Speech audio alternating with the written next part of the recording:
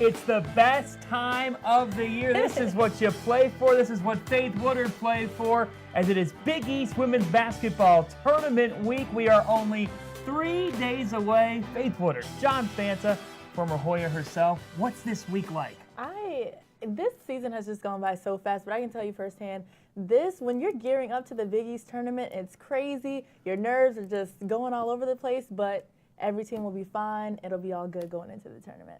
It is the Big East Women's Basketball Tournament presented by Jeep, and it tips off on Saturday. Faith Woodard will be on the sidelines on the Big East Digital Network. And let's take a look at the bracket right away here. Marquette, the 1 seed, the reigning tournament champions.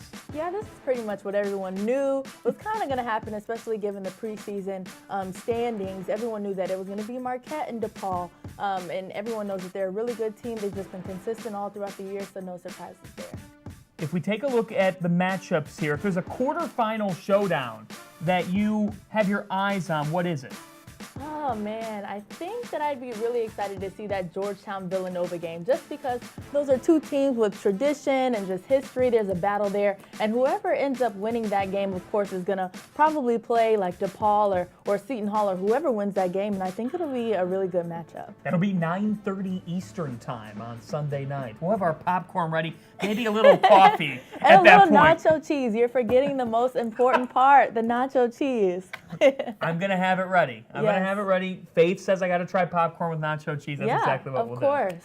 We move on here from the bracket to co-champions. Marquette getting the 1 seed, but they split the season series with DePaul. Here was the Golden Eagles locker room after they claimed their first Big East regular season title.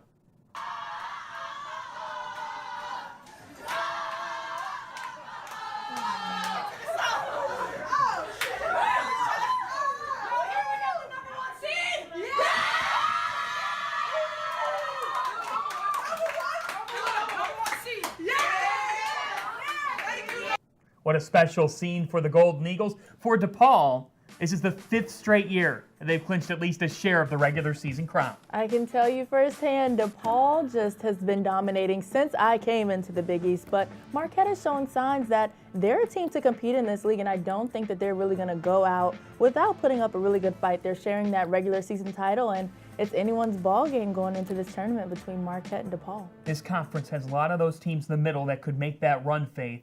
But round 3 of DePaul-Marquette would be fascinating in the championship game. Absolutely. And I know just playing in this league that, you get used to beating teams and, there's that competition. But beating a team 3 times in a row, it's really hard. You know each other's tendencies. You know what that team does well, their strengths and weaknesses. So beating a team 3 times is really tough to do, but I think it'll be a battle.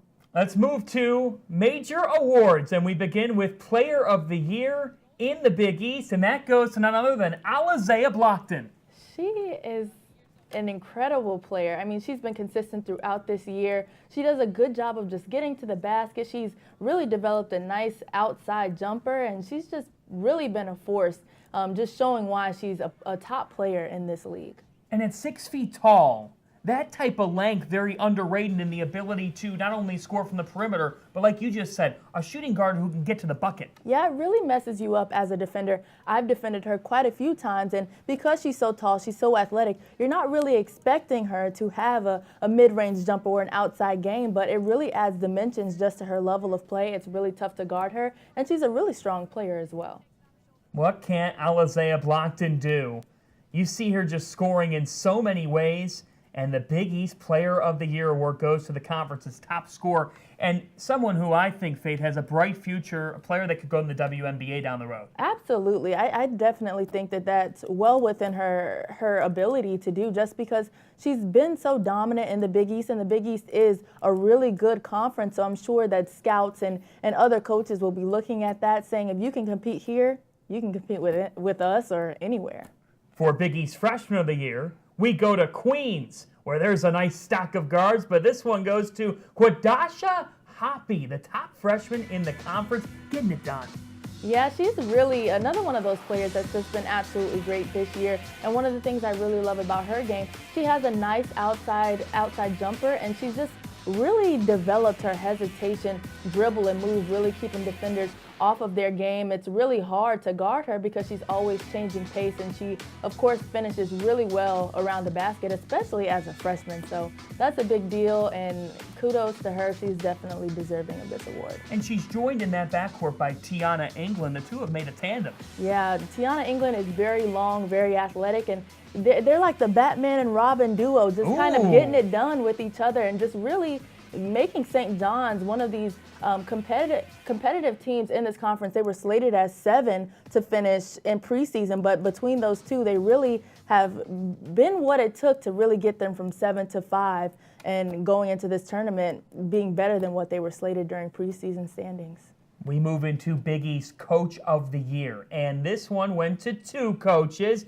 Definitely a lot of arguments across the conference, but it goes to Harry Perretta as well as Carolyn Keeger, the Marquette head coach, and very cool to see. On one end, you got a guy who's been doing it for 40-plus years. On the other, a relatively young head coach. Absolutely. That juxtaposition there is just really, really crazy just because Harry's been doing this for so long. And Coach Keeger, this is just her 4th season now, and, that's a really big deal. She's been consistent.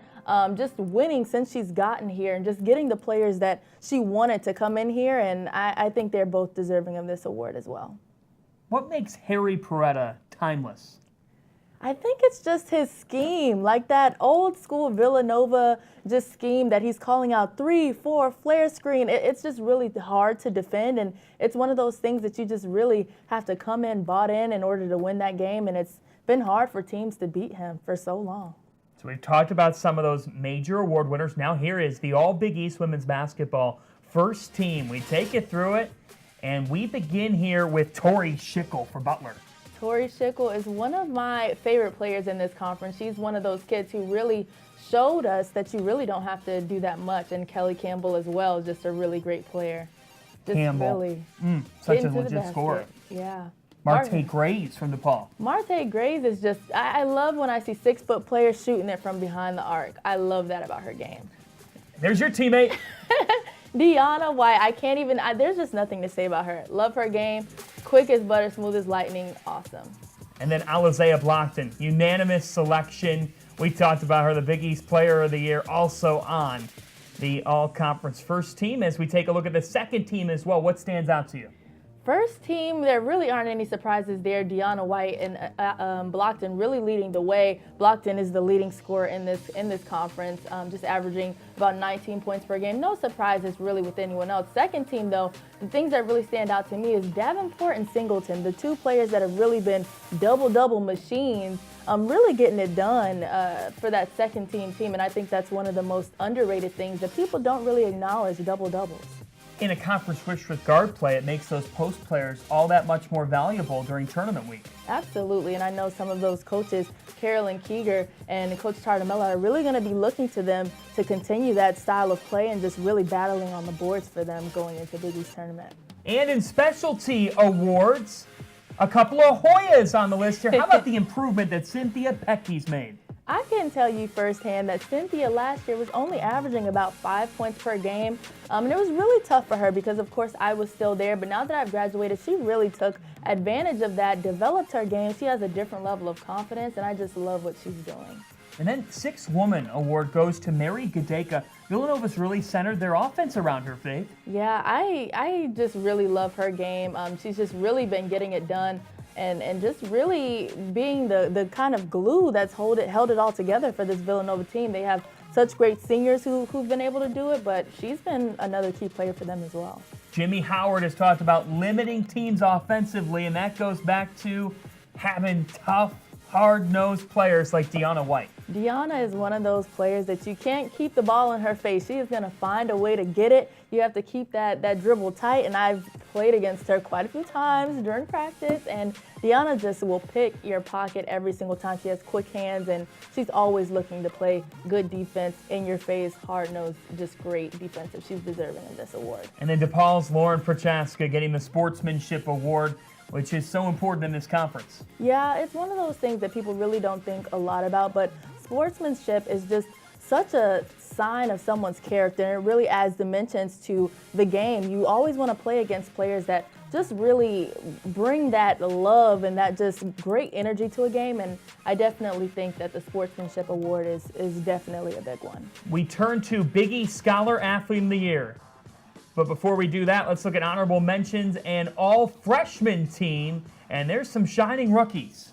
Yeah, that all-freshman team is really good. Of course, Tiana England and Kadasha Hoppy have just really been carrying the team for their St. John's team, just really getting it done. But it's just really tough coming in as a freshman and just really battling it out. And kudos to all these freshmen here that have just been really consistent. What does it say about the Big East? Amani Wilborn, folks, was the most outstanding player at the Big East tournament last year. Now she's an honorable mention. Such a deep conference of stars. Yeah, Amani Wilborn just last season, she is another one that has a really good outside jumper and another quick off the dribble game. And, you know, I definitely think that she's another one who's deserving of honorable mention because you have such great players on that Marquette team. You have Heidemann, Blockton, and Wilborn. And so, you know, everyone can't be first team, everyone can't be second team, but it's definitely a good thing that all of these players are recognized. So there you have it. Honorable mention, all freshmen. And then just the 7th time in the history of Big East women's basketball, the Scholar Athlete of the Year is also the Player of the Year in the conference. That is just something incredible about the Big East and incredible about Blockton. It's not every day that you have a player that really brings that toughness and that game, just always just really getting it done on the basketball floor. But a player who can really get it done in the classroom as well, that's a huge deal, and I'm so glad that we're recognizing that. A 3.6 GPA, and she goes to Marquette, that is not something you see every day. On the court, in the classroom, Alizea Blockton getting it done no matter where it is, and we caught up with her earlier this week. She joins outstanding company, players like Maya Moore, Rebecca Lobo, Jen Rosati, and now it's Alizea Blockton, who wins both the Big East Scholar Athlete of the Year award as well as Player of the Year in women's basketball. Alizea, how would you sum up accomplishing both these achievements? It's just a blessing, you know, that I was able to not only display my talents on the court, but also in the classroom. That's one thing I take pride in my grades and how I perform on the court, and it's just a great blessing. I give it all to God that I was able to get these 2 accomplishments. How do you balance that greatness on and off the court? Just a lot of time management. Our coach is really good about that. When we came in freshman year, she really taught us how to manage our time with our schoolwork and our basketball studies. So, like, I do a lot with tutors, and I make sure I jumpstart ahead. If I got an assignment due a month away, I'll do it right away just so I can have that, you know, time to spend more on the court and, you know, crafting my game. And Big East Women's Basketball Player of the Year for you. You had the target on your back because you were the preseason Player of the Year in the conference. How did you go about constantly being that player who's getting defended the most night in, night out? Just keep getting confidence and getting a lot of reps, repping what I would probably face in the games in practice. My coach did a great job of preparing me. She knew that the pressure was going to be on me, so she was just as hard as she could be on me all year. And she really challenged me this year. And sometimes I might have failed the challenges and, you know, might not have felt the best afterward. And sometimes I succeeded. And I think that was a great testament to her for preparing me throughout this whole year. You guys taking the 1 seed in the Big East Women's Basketball Tournament and share the regular season title with DePaul. Tell me about that scene on Sunday, Alizea. I saw it on video, but to be a part of it in the locker room after with Coach Keeger. It was just great. I mean, it was obviously our first conference championship here. So, I mean, the emotions were flying. We were all happy. You know, tears. We were dancing, enjoying. It was just like, I mean, I'm still feeling it. It still feels like a dream. And I'm just glad that after a long, hard season, we were able to accomplish something so great as a team. There's a lot of singers on this team. So you said there was dancing. Who are the top dancers? I would definitely say me. I'm the best dancer on the team. I would say Danny or Natisha Heidemann, Danielle Keeger and Natisha Heidemann. They really know how to dance. T dances a lot. If you look on her Instagram, she's always posting some sort of funny dance video or something. You guys love to have fun. How do you approach Big East Tournament Week as the 1 seed? We're trying to go in there with a lot of confidence. Like, we know everybody's going to be coming for us, and, you know, everybody's bringing their best game. It's March. Anything can happen. So we're just going to try to go in there and keep having great practice, keep working hard, and just keep playing the game like we know how. and hopefully come out with success. Coach Keeger and I have talked throughout the season, Alizea, and everybody might look at the fact that you guys are the 1 seed and think, well, you just rolled right through the conference, and you certainly had a lot of success. But Coach also told me throughout the season that this team had some lows that they had to fight out of. At one point, you and a couple other stars actually came off the bench in a couple of games. How was this group able to stay together and embrace those challenges? We just knew it was all for the best. Obviously, our first game we played New Mexico at New Mexico, and it was a very close game. We ended up losing that game by 1. And I think that game alone was just an eye-opener. We had a lot of expectations coming in the season. I think when we lost that game, everybody was kind of in panic mode. And then we dropped a couple of close ones to Notre Dame and Tennessee in overtime. And I think from all those challenges and everything that we faced throughout the year, it just made us stronger, and it just made us learn how to handle adversity. And that's just what it's all about to succeed. Like, everything's not always going to be a smooth route, but the teams that learn how to handle adversity and handle it well are usually the teams that succeed. And I think we did a great job of that this year. You're the top player in the Big East Conference, a player of the year. So who better than you to answer this question? Who are some of those other great players in the league that when you go up against them, you're thinking, I'm in for a ball game here? I would definitely give shouts out to anybody from DePaul. They all have great players. You have Ashton Millender, Marte Grays, Kelly Campbell, she's really good, Amara Coleman, and Diana White, Pecky, she's been playing outstanding, Tori Schickel, Faber, they are just great players. And every night, any team, I'm missing a few, but any team we play against, there's always great players on the floor that you're competing against. So you really have to bring your A game every night in. What will determine if this Marquette team is hoisting a second straight Big East tournament title on Tuesday?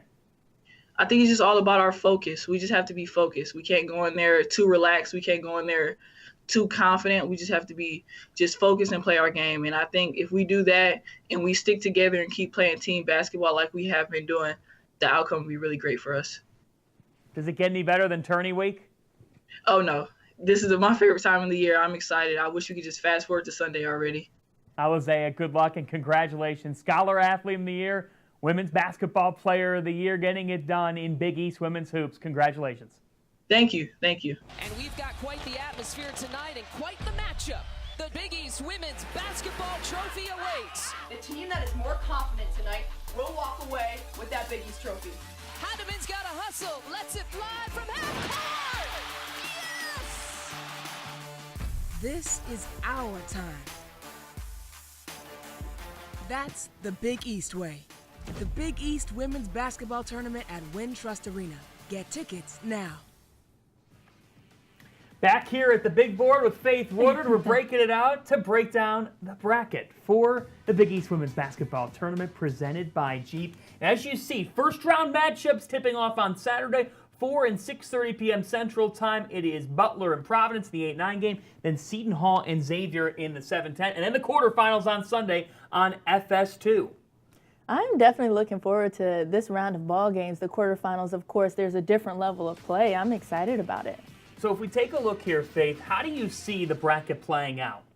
Oh, that's a tough one. I don't want to say too much, but I do think that this Georgetown-Villanova game, just because Georgetown has been upsetting quite a few teams, just really adding to their level of play. I'm thinking that Georgetown might come out with this win. St. John's versus Creighton, not really sure, but I'm thinking Creighton might get the job done, and I think it'll be really fun. It's interesting, that Georgetown-Villanova game, if Villanova were to advance, they have had DePaul's number in the past, Faith, but the Hoyas also were able to get the Blue Demons once. Yeah, and so I just really think towards the latter part of the season, that's the most important. It doesn't really matter if you beat a team early on this season. Just going in with that confidence and knowing that a team beat you so late going into the Big East tournament, it really makes a difference. Championship game prediction. When this is all said and done, who do you think will be in the final? Oh, man, I'm thinking it'll probably be Marquette and, of course, DePaul. But there are quite a few teams who are really, have the caliber to upset quite a few teams. So, I don't know, maybe Georgetown might be in the running to do that. I'm excited about that. For me, I think it said a lot about Marquette. They go to Seton Hall and St. John's, and they really dominated both teams. You know it. Right. That's a tough road swing for teams. And defensively, when they get stops, they are really dangerous because we know how balanced their guard play is. This is a fascinating showdown. That 3-6 can Villanova take away Georgetown's transition, like you said. But I'm going to say it right now. The winner of this 3-6 game is going to pull it off. And so I like Villanova to get to the championship game and take on Marquette. You know, they're definitely able to do that. Villanova is a team that's always been very great in Big East play, especially during tournament time, and they just already know how to win. Georgetown hasn't been there in quite a long time, so Villanova might be able to edge them out. The lead up to the Big East women's basketball tournament, when you guys are traveling out for it as a former Hoya, what exactly is being said and how do you get everybody locked in? I think for the most part, all the coaches are just saying, you know, you can't be nervous. We've been playing all season long. You've played so many games. Now is the time. You just have 3 more games left, and you just have to stay focused, consistent. You can't think about, oh, we beat this team 2 times. It's a new season, and with that new season, you have to have a new level of confidence. And I don't know. That's pretty much what the coaches are just saying. I think at this point in the year, too, is it more about the players that you have than a coach at this stage? Not to take anything away from them, but could you speak to that? Absolutely. The players, no matter what kind of schemes you're calling, or no matter what plays you're calling, the players are really the ones who are getting it done. And if the players aren't confident, if they don't have their legs under them, if they're fatigued, that's really going to start to show. So it's all about the players just really playing their best basketball, and the coaches at this point just have to kind of sit back and let the ball game happen. It's been a fun season here on the Big East Women's Basketball Update. Jay Alter's out today, but you had challenged Jay, and your theory is that Jay didn't want the competition. I smell a little KFC chicken, you know, and he definitely did not want the problems that I was going to give him shooting the half-court shots. I'm telling you, that's why he stayed home today.